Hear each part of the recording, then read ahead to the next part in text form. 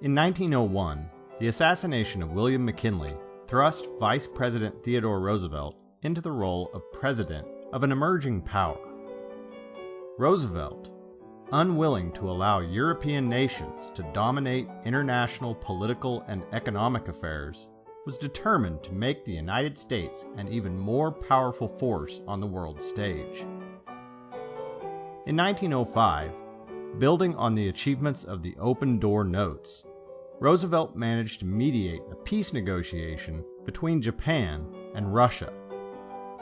The two nations had been fighting for control of possessions in Manchuria and Korea, and the successful negotiations won Roosevelt the 1906 Nobel Peace Prize.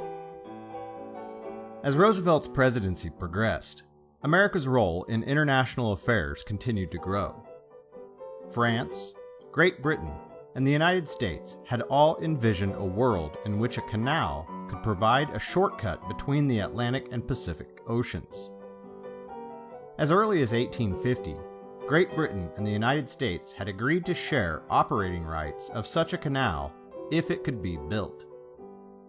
However, in 1901, Britain granted exclusive rights of such a canal to the United States.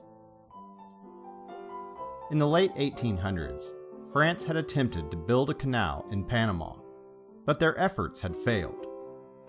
In 1903, President Roosevelt and Congress purchased the rights to this Panama route for $40 million.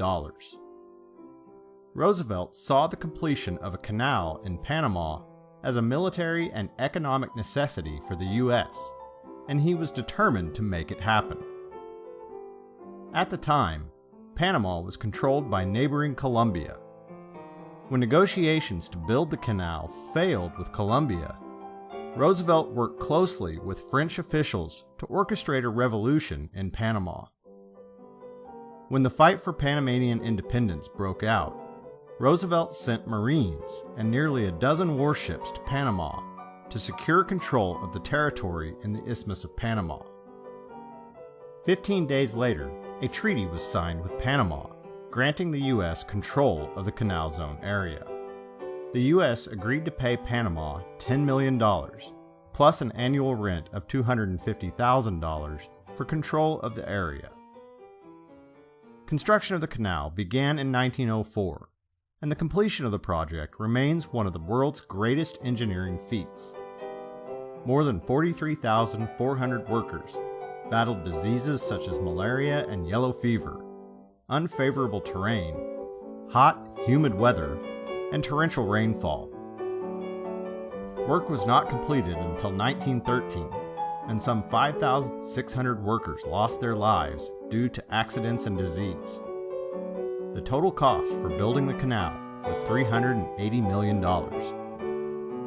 The canal opened on August 15, 1914, and more than 1,000 ships passed through during the first year of operation.